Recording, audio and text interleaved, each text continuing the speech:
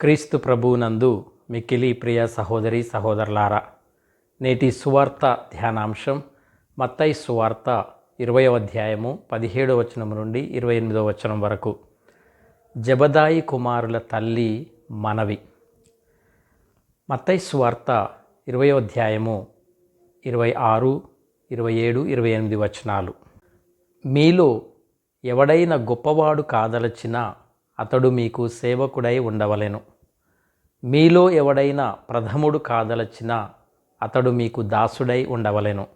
అట్లే మనుష్య కుమారుడు సేవించుటకే కాని సేవింపబడుటకు రాలేదు. ప్రియ సహోదరి సహోదరులారా, యేసు తన శిష్యులతో కలిసి యెరూషలేమునకు వెళ్ళుచున్నారు. తన శ్రమల మరణ ఉత్థానముల గురించి మూడవసారిగా తన శిష్యులతో ప్రస్తావించారు. అప్పుడు జెబెదాయి కుమారులైన యాకోబు, యోహానుల తల్లి సలోమియమ్మ తన కుమారులతో యేసు వద్ద మోకరించి, నీ రాజ్యంలో నా 2 కుమారులలో ఒకడు నీ కుడివైపున ఒకడు నీ ఎడమవైపున కూర్చుండ సెలవిమ్ము అని మనవి చేసింది. మార్కు సువార్త 10వ అధ్యాయము 35వ వచనం ప్రకారం వారి తల్లి కాక స్వయముగా యాకోబు, యోహానులే యేసుకు ఈ మనవి చేసి ఉన్నారు. అప్పుడు మిగతా శిష్యులు ఆ ఇద్దరిపై కోపపడ్డారు.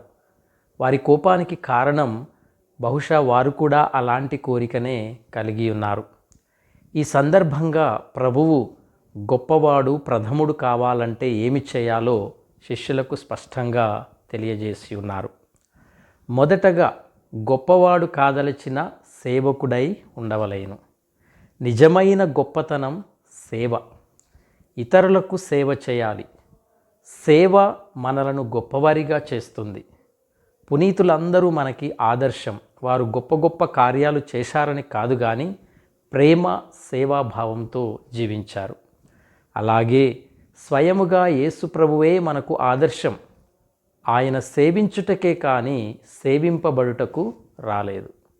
ఆయన అనేకుల విమోచన క్రయ ధనముగా తన ప్రాణమును ధారపోయుటకు వచ్చెను.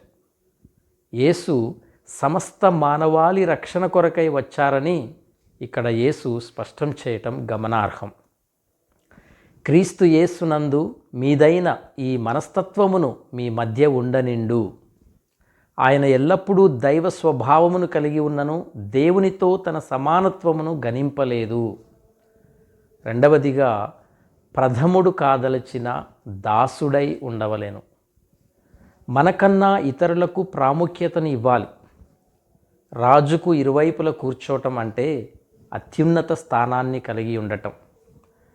అలాంటి విన్నపాన్ని చేసిన ఆ తల్లితో ప్రభువు ఓపికతో, నీవు ఏమి కోరుచున్నావో నీకు తెలియదు అని చెప్పి, నేను పానము చేయు పాత్ర నుండి మీరు పానము చేయగలరా అని వారిని ప్రశ్నించటం జరిగింది.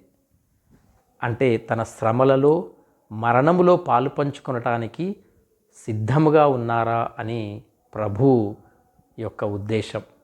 అందుకు ఆ శిష్యులు యాకోబు, యోహానులు మేము చేయగలం అని సమాధానం ఇచ్చారు. అంటే క్రీస్తు కొరకు తమ ప్రాణాలను సైతం అర్పించటానికి మేము సిద్ధముగా ఉన్నాము అని చెప్పారు. ఇచ్చట వారు పూర్తిగా అర్థం చేసుకొనకుండానే మేము చేయగలం అని సమాధానం చెప్పడం జరిగింది. వారికి కావలసింది ప్రథమ స్థానం.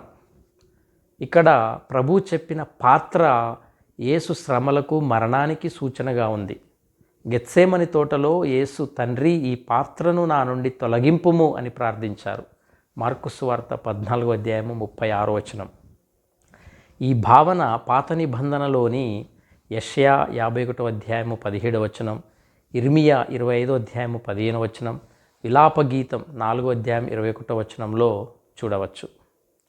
ప్రియ సహోదరి సహోదరులారా, యాకోబు, యోహానులు తెలుసో తెలియకయో చెప్పినట్లుగానే శిష్యులలో మొట్టమొదటిగా క్రీస్తు కొరకు ప్రాణాలు అర్పించింది యాకోబు గారే.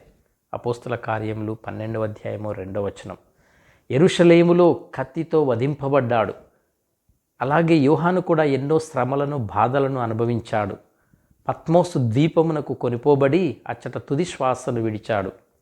ఈ విధంగా వారు మేము చేయగలం అని చెప్పిన మాటను నిజముగానే చేసి చూపించారు. ప్రియ సహోదరి సహోదరులారా, నిజమైన సక్సెస్ పొందడంలో కన్నా ఇవ్వడంలో ఉన్నది అని మనం గ్రహించాలి. శిష్యరికం అనేది అధికారము, ఆధిపత్యము కాదు. ప్రతిష్ట, ప్రజాదరణ కాదు. క్రీస్తును అనుసరించటం అంటే సేవా జీవితాన్ని జీవించటం.